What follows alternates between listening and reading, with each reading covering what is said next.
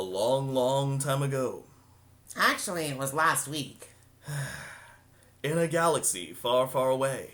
Well, statistically, it was 11 to 12 blocks. Theoretically. I know that, Jeremy! I'm just trying to tell a story! There were 4 friends, all who waited day and night, month after month, for the ultimate movie. They used the power of the Force, as they called it, to make sure their other friends would watch this movie.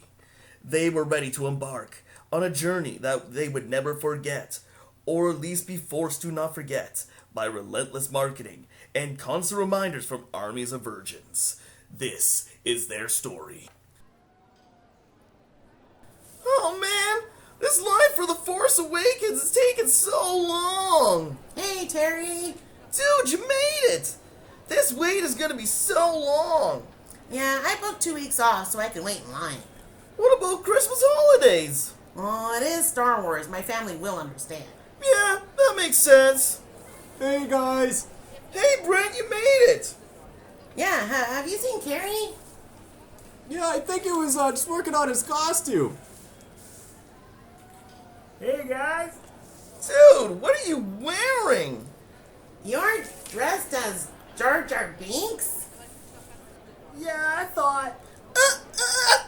First of all, he's not even in this movie. And Jar Jar Binks sucks, dude. Yeah, dude, I don't think you can stay in our tent while we're waiting for the movie. Aw. Well, I mean, I understand. One other thing. I just bought these limited edition Kylo Ren action figures. I mean, I would be more than willing to give them to you guys if I could just hang out a little bit. Well, did I say that Jar Jar Binks sucks? I mean... I love Jar Jar! Dude, not so loud. Okay, dude, you're in. But if anyone asks, you got lost from the Ewok kids. Sweet, man. Thanks. These are making me happy. Get out! We don't know you.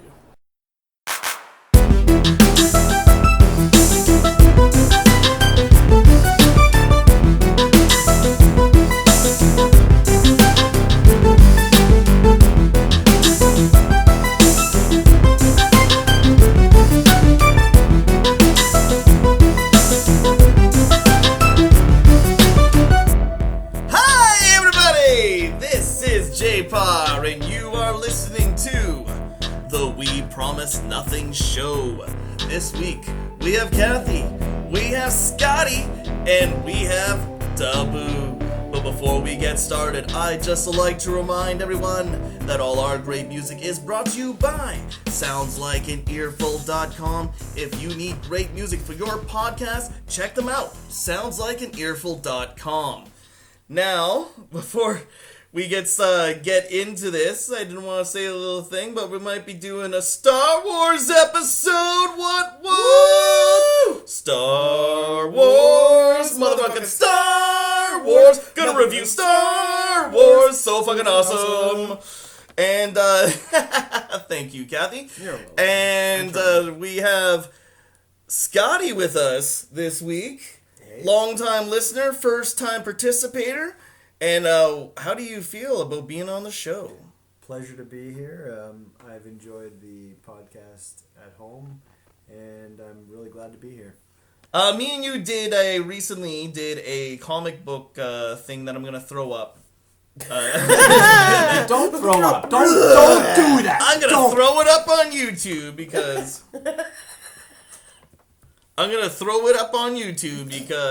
Ew. yeah, because that's what these shows are. I just throw them up sometimes. Ew.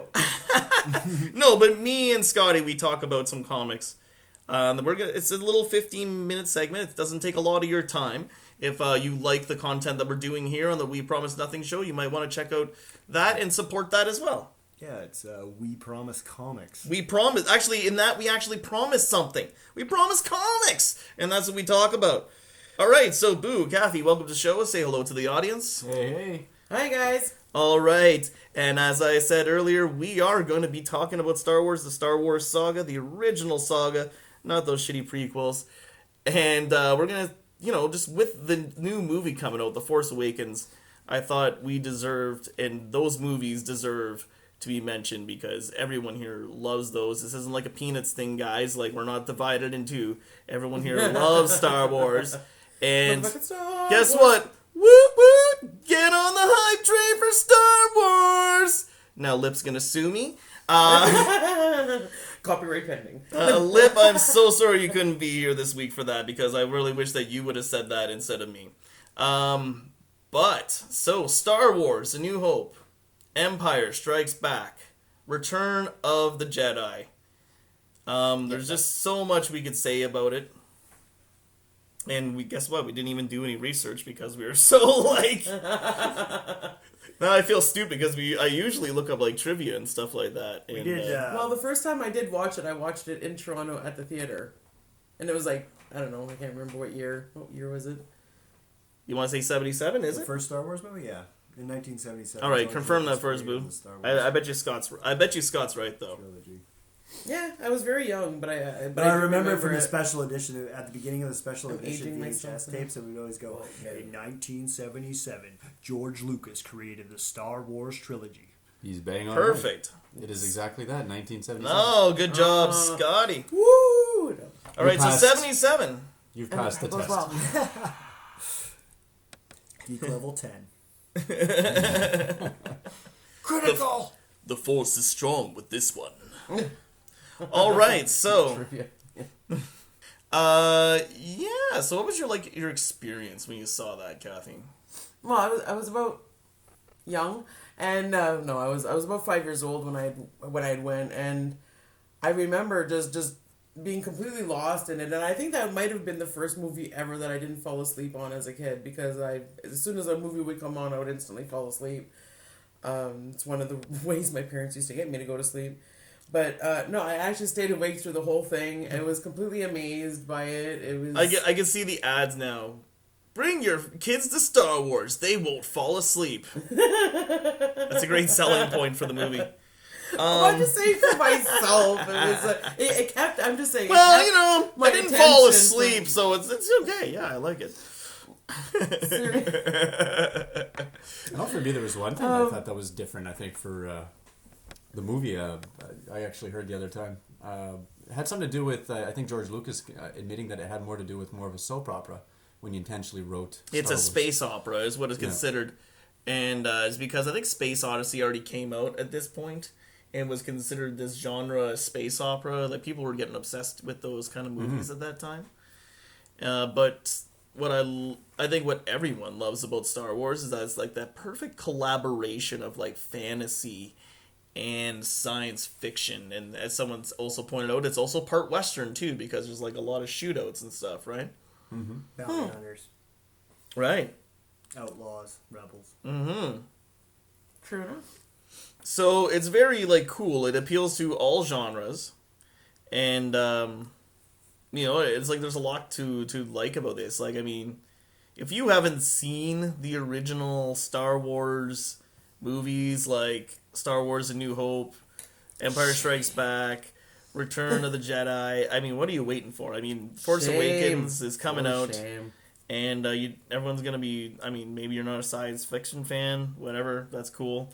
I don't know. It's influenced so much. I can't like all great movies almost have that Star Wars influence. There's so many great fantasy movies and so many adventure movies and these epic journeys. And I find a lot of it stems from this. And I find George Lucas just filled the imaginations of children from the late 70s going forward and up until now. Like, people love this franchise. There's something about it. It's living. It is its own universe. Like, it's almost more real than us because people know what this is. You say Luke Skywalker or Darth Vader, people know who those people are. All around the world. All around the world. It's not just like a North America thing. Like, Japan, too, it's huge. Like Yeah, I fans think- and non-fans alike will actually know who the characters are, whether they watch the movies or not, Yeah. or even like them. In Ukraine, there was a statue of a dictator, and the people turned it into a statue of Darth Vader. They altered the statue and made it into a Vader. That's fucking hilarious. That must have been my family. I'm just kidding. I'm just kidding. I have Now, no were they idea. like insinuating that this guy was as evil as Darth Vader, or they were saying they'd rather advocate Darth Vader than? I I read this story about a month ago, and I don't remember the details. Oh, we promise nothing. Exactly. And our new guest also promises nothing. Keeping up with the consistency of the show. Perfect. He's going to fit right in. Good start. Good start. So everyone started with, I would assume, it was Star Wars: A New Hope. We'll do a little breakdown. So we start off with our young hero, Luke Skywalker, wanting to become a pilot, living on Tatooine. And it just picks up from there. I mean, he meets up with Obi-Wan Kenobi. They run off to... He's a moisture farmer. Moisture farmer, thank you. He lives with his aunt and uncle. He was just a kid who wanted to go to Toshi and get some power. That's all. That's all he wanted to do. And then he ends up running into some, some droids that ruin his fucking day. Or did it? Well, I mean, it depends how you look at it. I mean, he's like, it was all right for him because he got to kiss the princess. And then, later he finds out it's his sister. Spoiler! So it's like, oh, maybe that wasn't such a good idea after all. So there's that. Cersei Lannister, eat your heart out. Game of Sabers. Dun, dun, dun, dun, dun, dun, dun. Anyways, so Luke, eventually learns to be a Jedi after Obi-Wan. This is something I've always been wondering about, that part where they get into the Death Star and they save Leia and all that. And I'm sure everyone's seen it by now. And if you haven't, then watch it and then come back and listen to our show. So they save Leia, and then they get into the trash compactor, and then, 3PO and R2 saves them, because R2 saves everybody's ass. And there's that part Obi-Wan and Darth Vader fight, and we get to see our first lightsaber fight. And vroom, vroom, vroom. No, wrong sound effect. And Obi-Wan and Darth Vader, they Obi-Wan, then Luke and Han, and they're about to get to the ship, right? And Obi-Wan looks at Luke, and he just kind of puts his hands up in this such a way and lets Vader take his life, and then he just disappears. Did anyone else ever think that was weird? What was your interpretation of that? I don't know, actually. It is a point of reference in the movies that does take understanding, because you don't want to think about it too much, because you're like, why didn't he just try and fight him, But I think over the years, what the result that I came to, or the conclusion, was that Obi-Wan needed Luke to know that Vader was evil. Is that what you think was? It was an ultimate lesson. He had to show him. He had to see it. He had to. Because if he found out it was his father, maybe he's like, oh, he's not such a bad guy. But to see him strike down Obi-Wan makes him that bad guy, and is that what he, Obi-Wan wanted to show him? Yeah, I guess that's the lesson. That's the way I took from it. What did you think of that, Boo? Do you have a similar thought on that, or did you have your own opinion in that situation? I actually kind of I can appreciate your point of view, especially. I think for me it was a natural. For me, I guess the natural evolution of the story, where he was almost like, okay, Obi-Wan was giving up the fact that, Luke has now come to the conclusion of realizing what he is somewhat capable of, hasn't fully understood it yet, but he's on the right path, so I've done my job. Boom. All right, I'm just going to let go. Yeah, so just kind of stood there and took it, if that's what you mean. Yeah. Kathy. Well, I always just thought that he was distracted and got killed, but... Really?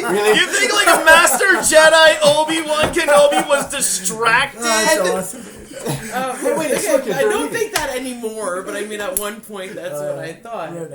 You said what was your original feeling? Hi, Luke. Hi. Well, hey, it's Master Obi-Wan. Oh, I was a little girl, and I was very naive back then, and everything was still lollipops and rainbows for me. So I just thought, That's, you know what? I'm with Kathy's now. I'm just Obi-Wan was just distracted. That's all. Yeah, I go with Kathy too. No. I have a whole new look. That's hilarious. I always thought it was a little bit of booze. I always thought, I thought he was kind of old and frail, and he thought he couldn't really teach Luke anymore. Being the way he was, not only did he sacrifice himself as a distraction so that they could get onto the Millennium Falcon, but he also Like he already knew he was gonna do this trick where he's gonna turn into Ghost Obi-Wan after, right?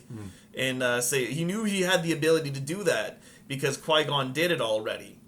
Also, I found it very much when they well, I don't want to talk about the new movies too much, but in the new movies, Qui-Gon doesn't sacrifice himself for Obi-Wan when they fight Darth Maul, but there is that almost passing of the torch, the old mentor dies, and then the new one takes up the saber kind of thing in his place. Sorry, can I just make a comment? I think for me, one of my favorite moments when I look back at the original A New Hope, that scene that you were talking about when obviously Obi-Wan giving his life for Luke and them, when you point out the fact that it was supposed to be a distraction, I always used to laugh at the stupidity of how really oddly the scene was written. It was almost like, he was a sheer distraction, all right. And then a second later, what does Luke do? No! All of a sudden, everyone's looking in his direction like, good job, you fucking idiot. It's like, okay, well, that kind of threw that idea out the window. I think that's why, for me, it was never so much a distraction as it was him just simply passing on the mantle, as you simply put it. Yeah. So I love that idea.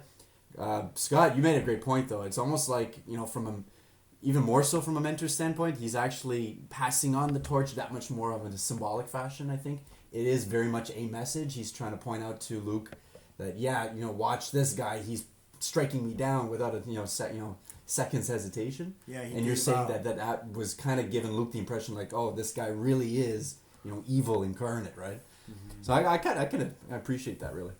Well, it's actually kind of true. It's a good way of looking at it because it shows he is the dark side, right? And this is what the dark side is willing to do. They will kill someone, and that's the difference between... And he surrendered.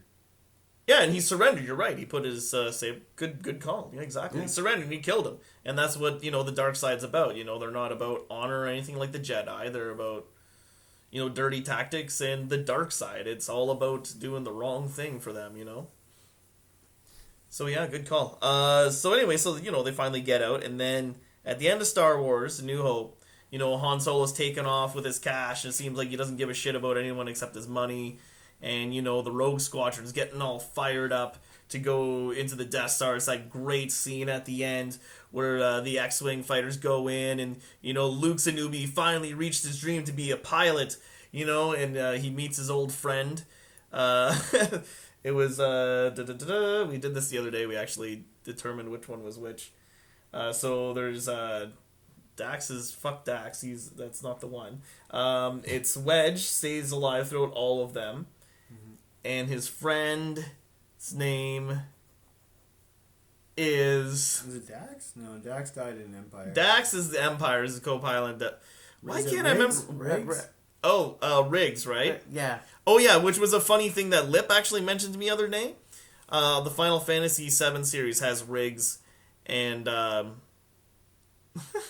and Wedge as characters. I almost forgot what I was saying. Wow. Yeah, the guys' character names for I think they work for Avalanche in Final Fantasy VII. Jeez, I'm really working my brain right now. The hamster's really running. So it's that great scene, and I remember when I was younger, I didn't really didn't think I would want to watch a dogfight or a plane fight scene, but that scene is so intense, just as the crew is eliminated one by one, and then eventually, of course, Luke has to take his place. How does this scene affect you guys? Well, it was a great moment in cinema. I remember the first time I saw it, it was like Thanksgiving dinner, and a bunch of my family was there, and I was sitting there watching it with my uncles and my dad. And that was the first time I saw Luke go down the trench and destroy the Death Star. It's a great moment in cinema. There's so many great lines. There's just that moment when Vader's like, "I have you now," and then Han comes in and blasts him, and he's like, and then that's the end, right? And then and you're like, you start tearing up. You're like, Han, you came back. Let's blow this thing and go home. That's And he blows it up. No bigger than a womp rat. We used to nail those with our what now? I don't remember this line. It was we used to hit womp rats at Beggars Canyon, smaller than that or something like that. Yeah, and they're no bigger than because it was only a few centimeters or something. I don't remember. Awesome, great. So and then you have the award ceremony at the end with the awesome music where it's like good guys win, you know? It just makes you feel good right at the end. And then brings you into Empire. They're on a snowy planet, hiding, hiding from the Empire, and this is got to be one of the greatest scenes in movie cinema, one of the greatest battles. The fucking AT-ATs just coming in there, and they're in that base. I mean, all along with, like, you know, like Han trying to track down Luke because he got taken out by a Wampa, and all, you get to experience, like, the dangers of this icy planet that they're on. How does this opening of Empire just, you know, how does it hit you? I kind of feel like it was one of my favorites because of the fact that it was the darkest right off the bat. I think you pointed it out. It was on an icy planet that you know, from a quick glimpse is just like a snow-covered planet, right? You don't really get a feel of what a planet's like until... Like, this is how bad they want to hide from the Empire. They're willing to go on this icy planet of Hoth and, like, hide there, freeze their ass off, just so they can stay hidden from the Empire, because the Empire's everywhere, obviously. Yeah, exactly. But they're Northerners, so of course they tough it out and just hide from them anyway. They are they? I don't know. Maybe not Han. Han's a little Maybe too they're just hiding on the planet of Canada. But it's awesome. I love the AT-ATs coming in, and that whole scene's so iconic. And repeated many times in video games, and I think when you play I've played many games where I'm just like, if I have one level to choose, I choose the Hoth level. Yeah. Like, I want to be that snow speeder, like, flying around it with the fucking tripwire, taking down that AT-AT. I love that scene. Yeah, that's definitely every boy's dream, I would think. And that's every boy who grew up in our time, anyways. Yeah, it was Shadows of the Empire. That was the first game that I ever did. Yes, and that was great. And now even the new Battlefront is you get to play that level, and it's the graphics are really fucking amazing for that game. But we won't get too much into that. Empire continues on, and we get introduced to characters like Yoda, which is, like, you know, awesomely voiced by Frank Oz, and, you know, puppeteering with some help from, Jim Henson, I'm pretty sure, or at least his group of people, you know? good job he did. Yeah, Frank Oz was a part of Jim Henson's original crew. Yeah. And it was made by Jim Henson's workshop, The Puppet. Okay. And it was puppeted. The puppeteer was Frank Oz. He did Nice. the voice Yeah, of the usually puppeteer. when they voice it, they also do the puppeteering for it. Yes. So, very awesome, and just everyone loves this kooky old green hermit that lives in this swamp in the Dagobah system. And, you know, you just think he's a nut. And, you know, like, Luke's looking for, like, this master Jedi. And if you haven't seen any, like, when we grew up, there's no such thing as the cartoons or, you know, the prequels. You have no fucking clue. He's a Jedi master, and he's just a kooky old hermit that's, like, trying to raid his stuff, and he's like, like, going through his shit, and, like, you know, it's like, and then finally it's like, you know, he gets down to it, it's like, Luke tells him why he's there on the planet. It's like, oh, Yoda, you seek Yoda. You don't know what's Yoda. This green little bastard who's, like, ruining his day, you know? Well, when you really think of it, it's kind of funny, too, because when you are first introduced to this character, you never, like you said, never get an impression that he's somewhat powerful, right? But you don't find out until much later. And that's very important to know about the story. Like, it almost kind of takes something away knowing those other cartoons and those other movies, because, like, you wouldn't know that prior with only these 3 movies, like what we had when we grew up with them. We only had the 3 movies. Oh, because when you mentioned that scene when he goes raiding through his stuff, yeah, I always laugh now because I try to understand that scene a little bit better. But you kind of pointed out, though, it's almost like a hermit, someone who's been alone for so long by himself, secluded from society, so to speak. Because I mean, he had to hide. Wasn't he? Yeah, hiding or exiling I'm assuming himself he's hiding from Darth Vader. Well, he's living and out the last Empire. end of his life, I think, at the end, without having to deal with any problems, right? There's Yeah. so few of the Jedis left by the end anyway. I would assume that they didn't have much of a choice. But given that he was by himself for so long, and then all of a sudden Luke comes along and he gets to raid his supplies and whatnot. From that point of view, I didn't realize that that's something I never thought of. Sorry. And also, to me, I thought he was, like, trying to test his patience. I thought that's why. And in the end, I'm like, when he finally admits, you know, I thought it was like, oh, he's trying to test his patience because it would show, like, if he's gonna go to the dark side or not, like his father. Yeah, let his emotions get the better of him or something. Right. I think it's both combined. I've seen both views myself when you guys talk about it. Like the hermit thing where he is super anxious to see a person or another living thing to talk to, plus a lesson on patience. Yeah, I see both. Yeah. Well, I always just thought it was a way for him to actually get the truth from Luke or whatever, like when he was asking questions as well, because like why would he lie to a hermit, like an old hermit, right? But if he was lying to the person that he was actually looking for, I just figured that that's how he would actually get a feeling for why he's actually there. That was my take on that one. Okay, and then on the other side, we have Han Solo and Leia and the Chewie and the rest being chased by the Empire, and they're going through an asteroid field and all these awesome scenes. They end up going inside a monster's tummy at one point, which is also awesome. Eventually, bringing them to Cloud City and introducing another character, Lando Calrissian. And of course, you know, this all ends with the infamous battle between Luke and Darth Vader, where, you know, Darth finally tells Luke, "I am your father." No, that can't be true! You know, and he cuts off his hand, you know, and all that. Search inside yourself, you know, like... Wait, Luke cuts his own hand off? No, not Luke. Darth Vader cuts his son's hand off. Luke. I'll try and do the line. All right, do it. Yeah, I think you can do it. Obi-Wan never told you the truth about your father. He told me enough. He told me you killed him. No, Luke. I am your father. No! That's impossible! Ah! Okay, yeah, you did it better than me, for sure. Oh, that's great. And then he, instead of choosing to give in to his father, he jumps down that hole, and which is scary as fuck. Join me, and together we could rule the galaxy as father and son. I'll never join you! Awesome. It's And then Leia using her force powers, or maybe, you know, like maybe Luke, that's the only way Luke can communicate with her. You know, somehow Leia just senses Luke's in trouble, bringing, you know, finally, okay, at this point also, we forgot to mention Han Solo, our favorite rogue in the galaxy, gets frozen in carbonite when he's entrapped by Boba Fett and betrayed by Lando Calrissian. And then eventually, you know, like, Lando and Leia and Chewie, they save Luke. Bringing us into the next movie. So it ends up with, like, a big...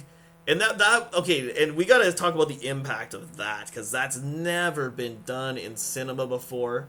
Like, a part 2 movie that didn't end with a happy ending. Like, to say, like, hey, we got a part 3 coming, and we got you by the balls, because we know you're gonna come see it. You know what I mean? No movie has ever dared to do that before. Make it like this big saga, and to have like, oh, this is part 1, and now you got to come see part 2. You know what I mean? You have to see it. It's not like we're just making a sequel for the fuck of it. It's like, no, this, you have to come see this. It's a part of this story. Yeah. No one's ever done that. Yeah, and it shows where it did pull from its roots was the old serials that they used to play in the front of theaters. They'd always have these cliffhangers at the end of them that would get people to go to the theater, and they would watch the next part of these cliffhangers. Batman had them, and Flash Gordon had them, and even he used the Flash Gordon intro, the scrolling letters, that's actually from Flash Gordon. Oh, really? Eh? Yeah. Okay, I see. I did not know that.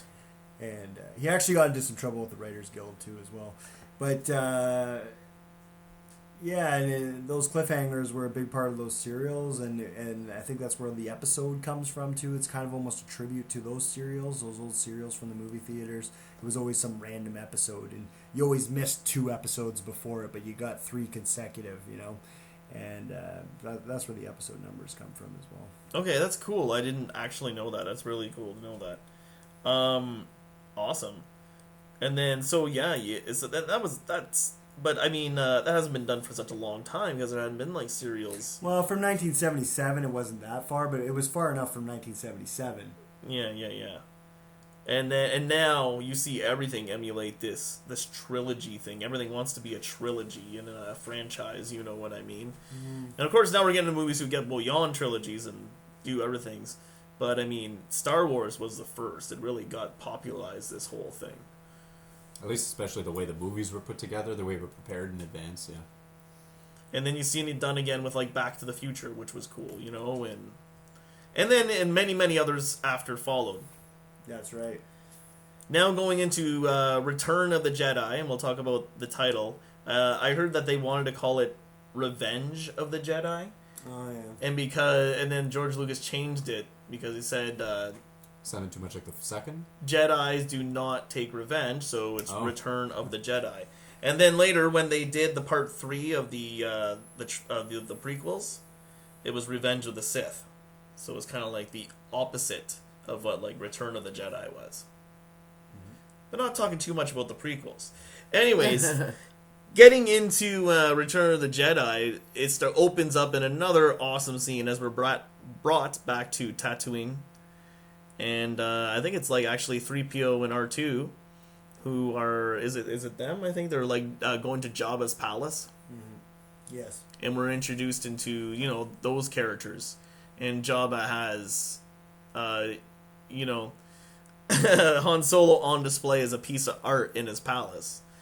And, you know, Boba Fett's there, and he's partying up with the rest of the other creatures there that are in the palace. And then, you know, you find out as it slowly goes along, they're our favorite heroes, you know, like Leia and Luke and them are setting up a plan to, you know, obviously gets Han Solo free.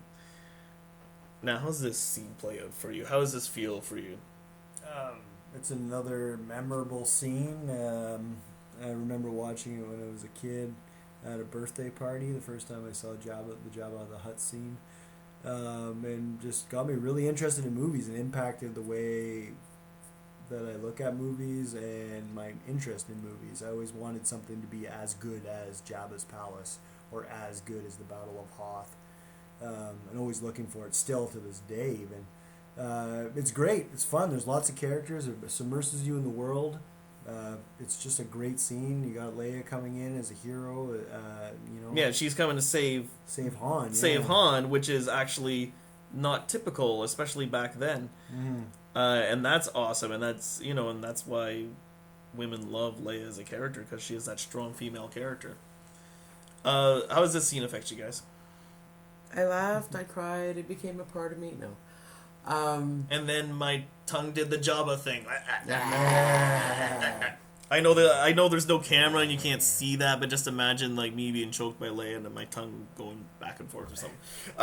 Or don't, because that's gross. Yeah, so I don't know. I can't even.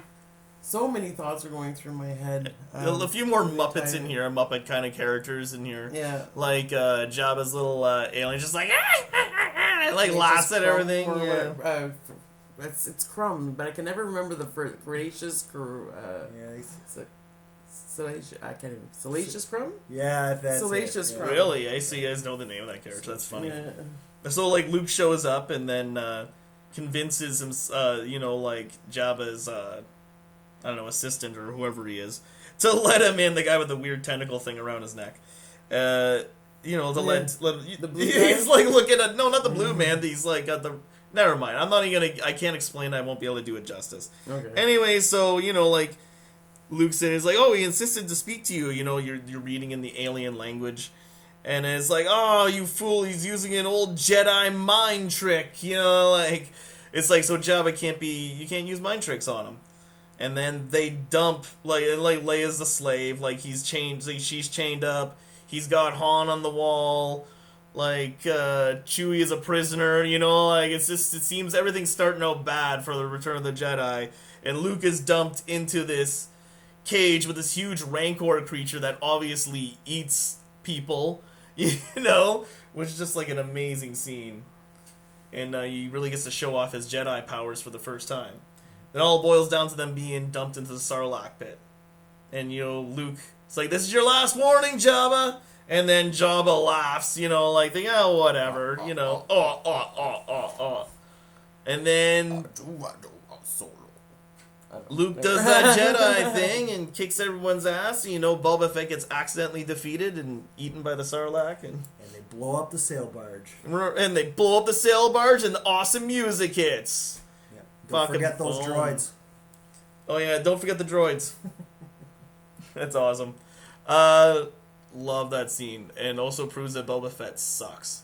It sucks when he relies on his jetpack every time, because every time it goes out is when he has problems instantly. Didn't Jango Fett go the same way? But he also died stupidly. Why does everyone think these Boba Fetts and these Jango Fetts are so fucking great? They just die so awfully. Well, why do you think they play as the clones for the Star Wars? That's why they're such bad shots. I tried to explain to someone like it's like it's not that like they got Jango Fett to be the clones because he's such a good shot. He's just a good bounty hunter. It doesn't mean you have to be a good shot to be a good bounty hunter. You know what I mean? So it's like they got tricked on this. Like the Empire got like bamboozled on this. It's like, yeah, he's the best bounty hunter. Of course he's gonna be the best shot, right? Nope.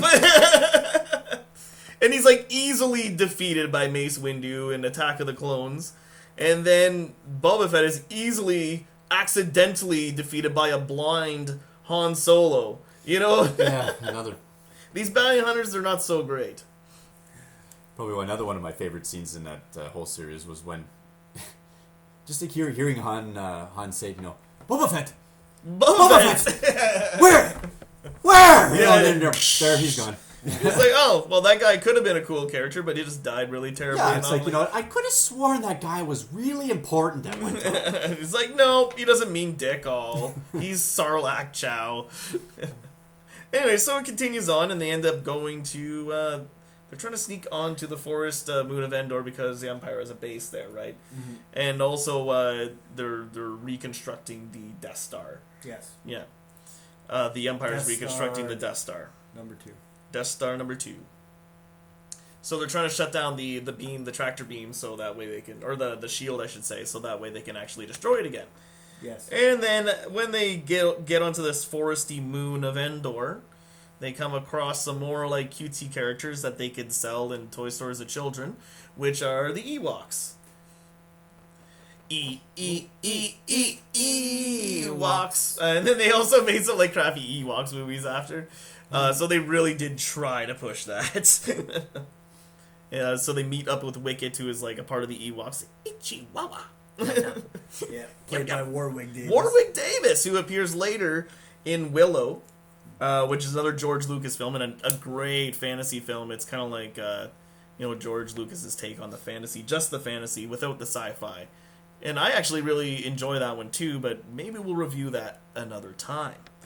That's a story for another time. Anyways, let's continue on with Return of the Jedi. Eventually, with the help of the furry little Ewoks, they do end up thwarting the Empire, and also another great battle at the end with the Millennium Falcon, who is piloted by Lando Calrissian, and another attack on, like with X-Wings and TIE Fighters, attack on Death Star. It's a trap. It's a trap! Let's not forget about General Akbar makes his appearance. It's a trap! Everyone's favorite line for Akbar, or maybe his... I don't know, he says some other stuff, but no one ever really remembers that shit. It always goes back to that line anyway. What the hell is he? He's like, he got a squid head or something? I think it's a squid. Calamarian. A Calamarian, eh? Yeah. Funny. Funny. Is that the real thing? He's Yeah. Calamarian? Oh, that's Oh, hilarious. really? Oh my. Yeah, his cruiser's called the Calamarian Cruiser. Oh, that is funny. I think it looks like a clam. Does it? Yeah, it's the big one they always show the rebels in, their cruiser. Okay. It looks like a clamshell. Yeah, it's I never Calamarian made Cruiser. I didn't know that either. Yeah, Awesome. I watched it. Well, they I'm gonna have told to double Clone check. Wars. And as animated this, series. oh, it's great. And the encyclopedia. Like, I have the encyclopedia, Star Wars encyclopedia. It's a Calamarian Cruiser. You are such a nerd. No, I'm joking. Yeah. He knows a lot about Star Wars. That's why I wanted him on this episode. Yeah. All right, so we're just about done with our tale as Luke finally, what he does is he turns himself into the Empire, to the Emperor and his father, Darth Vader, because he feels it'll make his friend safer, and he just wants to. He just wants to face his fears and confront the dark side and complete his destiny. As Yoda told him, and also Yoda told him there is another Jedi. As he passes away earlier in the movie. Spoiler alert. So finally we get to the end, and it's the final battle, and Luke won't fight his fight his father, and we finally meet the Emperor. If you thought like Darth Vader was mean, get a load of this guy. It's like, young fool, you do not know the power of the dark side. And how does the Emperor affect you? Isn't he just like such a hateful fucker? Like, doesn't this guy like play him so well? Yeah, he does. Like, and don't you just hate that motherfucker when he just like delivers some of those lines? Yes. He's like, your friends will die. I think mine and Kathy's favorite is okay, let's try not to fuck this up. I'm afraid the shield will be quite operational when your friends arrive. And it's like, oh, you hateful shit. Oh, yes, the hatred I felt. And it's just like he's trying to piss Luke off the whole time, make him turn into the dark side. Strike me down with your lightsaber. Fulfill your destiny. He's a scheming little jerk. And he's just the most evil fuck. And it's like, everyone thought, I think when these movies came out, I bet you everyone thought, like, Darth Vader is just, that's an evil bastard, And then they see the Emperor, like, holy shit, he's trying to turn, like, this guy's son against him. And it's like, father, and, like, this is his, his guy. Like, so why is he trying to make him kill him? Like, oh my god. Like, the dark side works in twisted fucking ways. Yeah, there's always a bigger fish, as... And then, I guess they said in episode 1, not talking about the prequels too much, that there can only be 2, even though I'm pretty sure they've broken that a couple times. There can only be 2 the Sith, right? Well, Yoda said there's a rule of 2, a master and an apprentice. Yeah, I don't know if that's really carried on throughout the... And after he said that, it just seemed like everyone was like, oh, there's always 2, but so... It seemed like that, and then not really. I'm not sure if that's a real... Yoda has been wrong before. He was actually wrong a lot throughout the movies. Alright, so we have talked about this for more than a half hour. It's time to review this. All 3, go. Scott, you're first. Oh, I'm first. Out of 5-star rating, you gotta rate all 3 movies. All 3 movies each individually or as a whole? As a whole. No. Do each individually. Oh, alright. Each individually. Okay, well, and the rating system for this show is out of 5? Yeah. Well, I guess you really... episode 4 is a 4.5, and episode That's a New Hope, Star Wars. 5, which is Empire Strikes Back, is a 5, and Return is a 4.5. That's actually pretty funny. You know what? You just said exactly what I say, because my favorite is Empire. That's a 5. 4.5 for Jedi, and 4 for Star Wars: A New Hope. And you say the same 4, thing? Well, I was going to say 4.5 for New Hope. Okay. 5 for Empire, and of course 4.5. Oh, you said 4.5 for Star Wars? I was with Yeah. Kathy. Oh, okay. That's why I giggled. I when you said it. actually That's rated exactly what I was one. gonna say. I think a little bit less than Jedi. I find like Star Wars is really good, but I find that somehow it doesn't deliver as much as Empire and Jedi does. Well, it was the first one that actually got me sucked in, and that's I why know. it gets a I higher think mark. because I was younger, I got to experience all as a full thing as opposed to just like a part waiting for the next part. Yeah. I think I got to experience 1 from 3 pretty much, from the beginning and had that luxury of doing that. I think that's why. I was there for the original screen. That's awesome. Wow. Yeah, same myself, guys. I have to admit that. I think the first for me though, it just wasn't the same impact as I did with the Return of the Jedi. So I think that's why for me it would have been 4, 5, and 4.5. Yeah, so you did like me then. Yeah. Okay, perfect. But I mean, obviously, very warm reviews for Star Wars because we obviously love the original saga. If you haven't seen Star Wars and anyone tries to introduce you to this, don't let them get you to watch the prequels first. You don't need to watch 1 through 3 to appreciate 4 through 6. 4 through 6 is the way you should watch it first. And then if you're still interested in Star Wars after those great original movies, they set the precursors for the prequels. They can go back and look at those and maybe enjoy them for what they're worth. Anything else that you guys want to add on for this Star Wars review? Yes. Star Wars, motherfucking Star Wars, motherfucking Star Wars. So fucking awesome. That works. Okay. It's a trap. It was. Got a real bad feeling about this. It's a wrap. Don't get cocky, kid. It's time for everybody's favorite game show. Pitch that movie. That's right. Today we are going to play Pitch That Movie. I hope you enjoyed our Star Wars special. But before Scott leaves us, before who knows when the next time he'll join us again, maybe never. So he has to play Pitch That Movie. The pressure is on.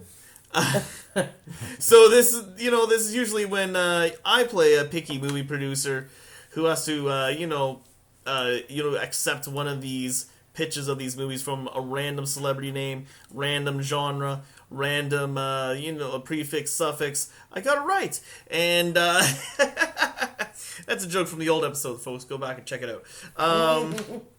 But no, Kathy's gonna take my place. She's gonna be the picky movie producer. Right. Did I win last time? Or it was either you or Lip. I know it wasn't. All right, so I will have to go first then. Mm-hmm. All right, so are you ready to play this, Scott? Yes, I am. You ready to play this, Boo? No. Oh, damn it. We're going to find someone else to play it. All right. Let's do this. That's fine. Nicolas Cage! Oh, that jackass? That jackass! Nicolas Cage. In a musical Yeah. with inbred mutants. Inbred mutants. Ugh. That's really mutated. Sounds like my lovely family. Wow. So, Nicolas Cage, he's saying a crazy way about the bees, and the bees just happen to be inbred mutants on top of that. So they're mutant inbred bees, and he's talking about the bees. Some other weird stuff in a Nicolas Cage kind of fashion, and he sings about it. And Sing one of the songs, Jay.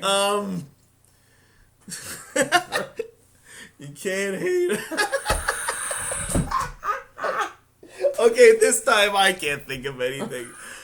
Don't hate a mutant inbreds because, they can't get love anywhere else. Something like that. This is probably my worst movie pitch ever. Scott! Save this, please. Musical makes it difficult. So here we go. It's basically what we have is an apocalypse has happened, and there's inbred mutants running around, and Nicolas Cage's character, he falls in love with one of these inbred mutants, and well, actually, you know what? He's the inbred mutant. Nice twist. Yeah. Twist. With a twist. He's actually the inbred mutant, and he's trying to love a regular girl. But she's in love with him, and she's not an and inbred. she's really into music. Yeah, and so he tries to win her over by serenading her. And Through the entire movie. Yeah, pretty much through the entire movie. Lots of different singing, but mostly. So what's one of the songs, Scott? This mutant, he's got such. So what's one of the songs, Scott? That they eventually come around and they and they allow them to. I think he's ignoring me. Yes. Song. I was trying to think of one when we started it. I was trying to think of something fast off the top of my head, and I couldn't. So I don't know. It's like. So apocalypse musical where Nicolas Cage is a like, inbred mutant, and he's trying to. Maybe it's one of her parts. She's like, maybe he's radioactive, but I still find him attractive. All right. All right. Thank you. Boo. Oh, wow. I don't know if I could pitch off after those two, though. That's okay. Mine sucked. So I have to admit, it kind of gave me some ideas. Well, I do see, a family of inbred mutants. I guess Nicolas Cage being one of these. Meet the mutants. So I can see almost like a sitcom kind of effect here, but when it comes to a musical, I can kind of see this being episodic. So I could see how this could work out. But a family of inbred mutants, not so much in an apocalyptic point here, but I'd say more of a I don't know, everyday lifestyle. I think almost like in an old 40s style way. So picture that, almost With black big and white. heads. Almost. before. So inbred mutants with monocles? Oh, yes. But And that makes everyone see them normally. Anyway. of course, I could just see Nicolas Cage, with the perfectly combed over hair, with whatever little hair he has left, obviously. And, strolling down the street, just kind of... I think he should sport his long hair in this one. I can see having, almost too perfect of a wife. What was it? Who's the one I can pick? We'll pick Glenn Close. Glenn Close, or she's too perfect of a wife. Apparently, I don't know. I can see her just being. Okay, how old? She's the right age, apparently. Okay. But I don't know. I could see them, walking down the street, trolling along with their perfect, baby in the stroller. I can't sing with that. Whatever sing, but I can think of lollipops and rainbows. Rainbows and other stuff. Yeah, and... exactly. Okay, so you're making this like a happy, funny musical with that old with the whole family, with the old school feel, yeah. with Nicolas Cage. All right. So Jay's out of the running for that. Yeah, one I for sure. figured as much. Mine was really bad. Don't ask me why Glenn Mine Close. was really bad. I'll I admit. kind I'll of be feel the like I first should to throw admit. names around. Well, I almost want to pick Boo because I actually want to see how Glenn Close will actually play in this movie. She's the wild card, apparently. Apparently Glenn Close is a soft but I really like your song. Yeah, I think that sold it for me too if I was choosing. Oh god. So I think that's a point for Scott. Yeah? Okay. Do you think so? Who's the judge? Oh! Who's the fucking judge, Jpar? Back off. It's my show. Back Well, it's the not your fuck show, off. but yeah, you're the judge. I am the judge, so therefore All right. it's my show. Okay, well, Fuck who off. wins the round? Boo. Boo! Just to be freaking difficult. Alright. Boo gets the point. Let's be nice to the- Scott. That was a good Thank one. your though. cousin. I have to agree. I did enjoy that song too. Yes, I did. Do we get more of that later? So I thought we were going to be nice to the new guy. No, I was going to be nice to the new guy until, Wow. you could thank Jay for that. That's all right. Alright, Boo, you will go next. I mean, if that's alright, Kathy. Sure, why not? Alright, cool. 5. She is the appointed judge. Roll again there, Boo. Oh. 15. You get a duo. It's Jackie Chan and Chris Tucker. Okay, Jackie Chan and Chris Tucker. Yep. Roll again, Boo. 11. Gets you a sci-fi adventure. Roll again. So what was it? Jackie Chan and Chris Tucker? Chris Tucker, Yeah. yep. Sci-fi adventure. 12. With robot. Chickens. No, I'm just kidding. 13. Robot fireman. Fireman! Yay! Alright, so that's Chris Tucker, Jackie Chan in a sci-fi adventure with robot fireman. This is And going to be interesting. And go! Alright. Give me a second here. Alright, let's see. How about this? The fire departments are starting to see a rise in deaths, lately over the years in terms of firemen, doing their job. So they come up with an idea. They need to come up with a bunch of robots that'll replace them instead of, obviously firemen going in to do the work for them. So makes sense, robots that replace firemen. Not good for jobs, but anyway. Now, picture 2 robots that suddenly become sentient, become self-aware. Become what? Sentient? Sentient. Sentient? Sentient, yes, or sentient. Sentient. Alright. Oh, I don't even know. Sorry. My French kicks in sometimes. We promise nothing. They become self-aware. Now, of course, who do we voice these 2 robots as? Obviously, Chris Tucker and Jackie Chan. Jackie So they're the voices of the robots? Oh, Okay. clever. Very clever. So I could see, a little duo going on there where you got a couple of robots that are becoming aware of themselves and at the same time with each other, So picture them actually going into these fire situations thinking, they may or may not die. We don't know. But they're robots. Okay. We know they're incapable of death, but they still could feel the repercussions of, Oh, well, let's... I don't know. No, thank you. Sentiment or whatnot. Anyway, sorry, I'm rambling off on that. But anyway, I can see 2 robots, carrying on a movie in this sense. Alright. I'll leave it alone. Yeah. Thanks, Jay. Me? Okay. Shit, I think you almost took my idea. Oh no! All right, I had a backup one. Okay. All right, so almost the same world. It's the future where they don't really need like like government workers anymore, like policemen or like firemen. It's like this kind of weird future. Like they're all robots and stuff. And except for they're about to phase out the fire department, and the last two firefighters on Earth are Jackie Chan and Chris Tucker. All right, so they're sitting in their fire truck, and Jackie Chan tries to change her. I was like, "You never change a fireman's radio," and they kind of carry on in this kind of fashion.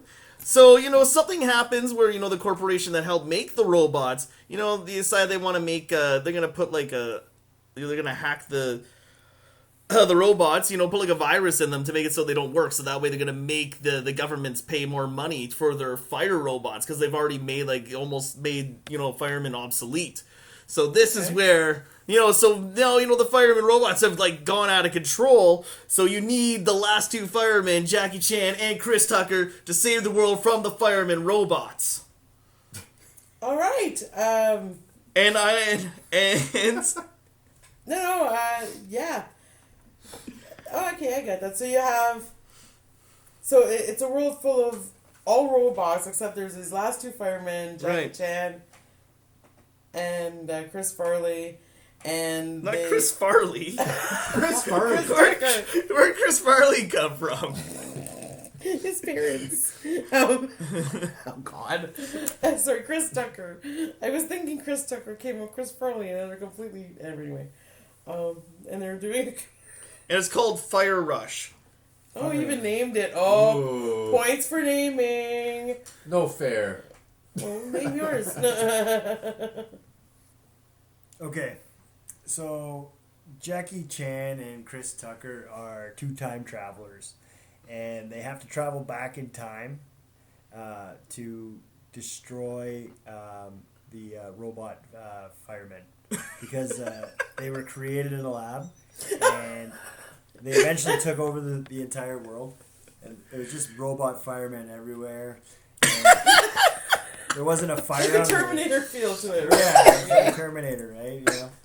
And so they go back, and they basically got to stop these guys, and it's just comedy between the two of them. And that's pretty much it. Like, that's all I got. I couldn't come up with anything else better. Okay, I just basically threw the Terminator storyline. I can oddly see that. Really, Me too.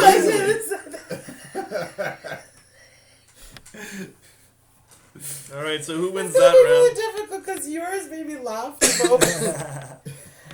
You get extra points for naming it, and you actually got them to do the voices instead of just acting. So it's like you guys have really, really valid points, and I'm trying to... Which one's the one you want to go see? Well, you know me. I'm gonna go with Scott because I like comedies, right? So I like to laugh. But I don't know, it was really good. Man, I carefully constructed that one. I know, and it was like it made. I even made a great title for it. Fuck your title. I called it Fire Rush because like Rush Hour, Fire Rush. Yeah, that was too easy. Stop that. That was too easy. No, I'm joking. But I don't know. You didn't think of Fire Rush? Screw you. No, you're right. I was gonna call it the real Fire Rush. Well, his idea, but like I would go watch that because it sounds really funny too. You know what I mean? Because it would be like a comedy too. Yeah. All right, so either one of just these. picture these really corny robots with like fireman hats on, just like kind of stalking through the street. So either the next round is gonna win it for Scott or Boo, or we're gonna have a tie. And we're gonna have one more round to break it. So Scott, you get to be the first roll on this one. Okay. 17. Gets you The Rock, Dwayne Johnson. Can you smell what The Rock is cooking? 6 or 9. He's in a Western. Western Rock. Western Rock. I wish you were here, Lip.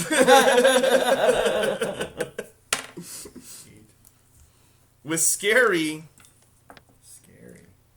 Rock Western. That's a scary one. Kathy knows what I'm doing. One more roll. One more roll. 15. Scary rockers. With what? With scary rockers. You How got much- How it. much With fucking scary rock rockers. is there here?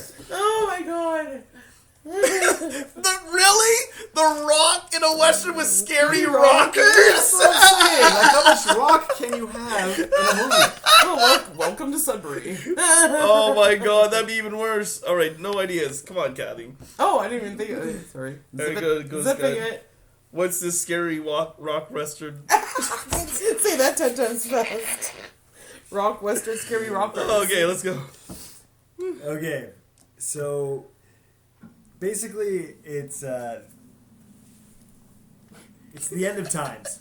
It's the end of times. We're going back to Okay. the apocalypse here, and the scientists have done everything, and they've figured out all these random combinations of things that they could have changed that would have made things better than what they are now. So they call up the Rock, right? And they're like, "Okay, Rock, we figured out what's going on here. We need to make sure that there's rock and roll in the Old West. So we gotta send you back. We need you to protect. We're sending you a Kiss. The you a scariest Kiss. rockers known to man. You're gonna go back with Kiss, and you're gonna rock the hell out of the Old West." And he's like, "All right, let's do it." So then basically he meets up with Gene Simmons and the gang, and Gene Simmons is actually played by Nicolas Cage. And so they embark on this mission. They go to the Old West, and they just rock the hell out of it. And they say, That's and Oh my uh, god. That was interesting. Crap. How can I pitch this one? Let's see here. All right. I can see, honestly, Dwayne, alongside probably one of his better co-stars, in my opinion, I think was William... Sean William Scott. Sean William Scott, thank you. Stifler. Yeah, one of his better roles. Anyhow, I could see him actually, working alongside him in some kind of a Western. I don't know what it is. Yeah, I can see that. I can see the two of them actually going, I guess, cross country, going from tavern to tavern, trying to, I guess, woo the stage, I guess, with their live music. But it turned out to be, it was always a dismal effort. These two always fucked up more often than not, so it never really panned out for them. So how can the scary work into that? Scary thing is that it never worked out. Oh, you almost had me. Jay. Okay, so imagine like an alternate universe where back in the Old West, like it's Old West times, but in this world, instead of using guns, people use guitars. Alright? So, Dwayne "The Rock" Johnson is an awesome rocker in the West. He uses his guitar as a weapon. Uses his music as a weapon. There's no body slams here. We use the power of music. Now, where do the scary rockers come in, you might ask? Well, it seems a long time ago on an ancient Indian burial ground, The Rock was playing the right keys, the right notes, and just said the right lyrics at the right time to unleash some scary ghost rockers who are gonna challenge him in a final rock-off in The Rock does a Western rocker movie called Rocktastic. Jesus.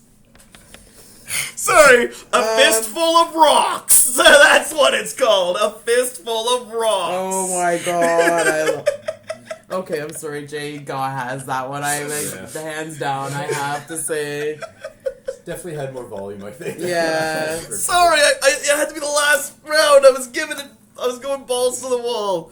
No, I have to say, come on. I like the fact that you used guitars as a weapon, as a I had to beat Scott's. This was hilarious. I needed something that good. It made it really difficult because that was really, really funny. And you... No, I gave up. You had a very good premise. I lost my idea, I think, midway, and I just kind of gave up, so I'm going to give it back. All right, so Yeah. it's a three-way tie, so we're going to do the sudden death, which means you can cut us off at any point without hearing our whole pitch, just to finish it off and decide who the winner is. Sounds good. All right, and so I guess I started us off, so I guess I get to... Actually, you know what? You get to roll, because it's sudden death. Oh. All 10. right, she's rolled us a 10, which gets us... Morgan Freeman. Yeah. Morgan. That is not his voice. In a crime thriller. Awesome. With singing... What is it with musicals Stop today? it. Look at him singing. Cows. The most plausible thing there could be singing. Well, it has to have singing and cows in it, I guess. Yeah, Singing Jay, cows. Or is because it you won singing the cows? last Is that what round. it means, though? Yep. Yeah. Singing cows. All right, so Morgan Freeman is a crime scene investigator because it's a crime thriller. And, he's murdering the scene. And, at the scene, there's only, it's a very suspicious murder scene. But the weirdest thing of all is the cows that sing. Why are the cows singing? He might say to himself. So they gotta figure out why the cows are singing, right? They must have seen something so horrific that it would make the cows sing. But why would they do this? So he goes into it further and he finds out it's like an ancient cult. That, they murder people and they sacrifice, people for their god, their cow god. And then somehow, by some supernatural thing, the cows sing after, if there's any present when they see these sacrifices to the cow god. Okay, Scott? Okay. Boo! No, I'm just kidding. I'll continue. Okay. So Morgan Freeman is a farmer, and he starts in the middle of the night being able to hear his cows singing. And so he calls the authorities and lets them know about this weird, eerie thing that he's hearing. And I don't know. Okay. Yeah. Boo? I actually have no... Lightning round, sorry. Go. Yeah, all right. I'm out. I'm going to try a different twist on this. I'm going to try and Christmify it, if that makes any sense. Okay. Christmas it? Yes, I got Whatever. it. Yes. But let's call it this way. We got Morgan Freeman. We'll stick to someone who's out in the country. I guess you could call him a farmer. We'll call it that. But he doesn't just farm. He actually does a lot more than that. He actually starts to develop inventions on his own time. What he doesn't realize is that as he's inventing, he's actually drawing an attention from someone he doesn't seem to realize is actually admiring his work. But turns out to be more of a, I guess you could call him a serial killer. But in a Christmassy sense, one particular evening, his cows start to sing. He doesn't know why. But what he doesn't seem to realize is that it's his invention that's causing most of the dilemmas. His enemy is what's triggering the events that make his invention work when he's not around to witness. So every time the cows would sing, the invention that he was building would actually be the cause of the singing itself. So of course, him trying to figure out what the cause of the singing made no sense to him because the sheer fact that his cows were singing were just stupefying him anyway. Okay. He didn't realize if someone was kind of playing behind him. Anyway, that's it. All right. Oh, there's a title. No, there isn't. Okay. was hard. God, yeah, that was hard. I'm gonna have to say Jay's was the most detailed, and I was able to see it more. Yes! Pulled out the And- victory in the end! Yeah. There's no way I should have won that. Well, maybe. I mean, He started off with a great premise, and I wanted you to keep going, and then say, oh, okay, well, maybe not. oh, thank you, But- thank you. Yeah, I didn't quite have the flair. But good job, so. guys. That was very, very. All right, that was And I don't a know lot of fun. how I would have been able Did to you do enjoy with the that? Morgan Freeman cry. Oh, yes, that was amazing. Cows. That was good time. Awesome. I All hate- right, so I hate last- you both. I hate you both. Great. No, I'm joking. all right, so we're glad Scotty could come and join us this week to talk about Star Wars and play Pitch That Movie. If you want to see Scotty on the show more, leave us a message below in the YouTube comments. If you like what you hear, don't forget to like, share, and subscribe. This is Jpar signing out. I've been Kathy. I am Da Boo. I'm Scotty. And remember, if you disagree with anything on here, leave a comment below. Or, We promise Nothing. Nothing. we promise nothing. No, folks. not even the exit. Not Good even. night. Good night. Hey. Nada.